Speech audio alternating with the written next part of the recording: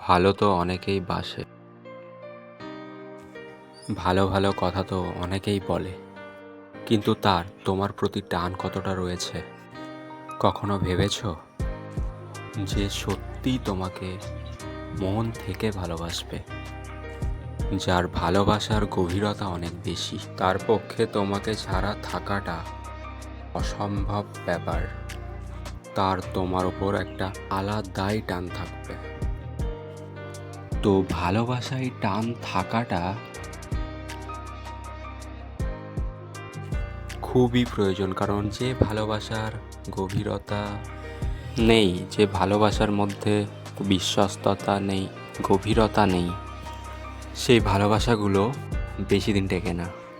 তো ভালোবাসার মধ্যে অবশ্যই টান থাকাটা খুব দরকার।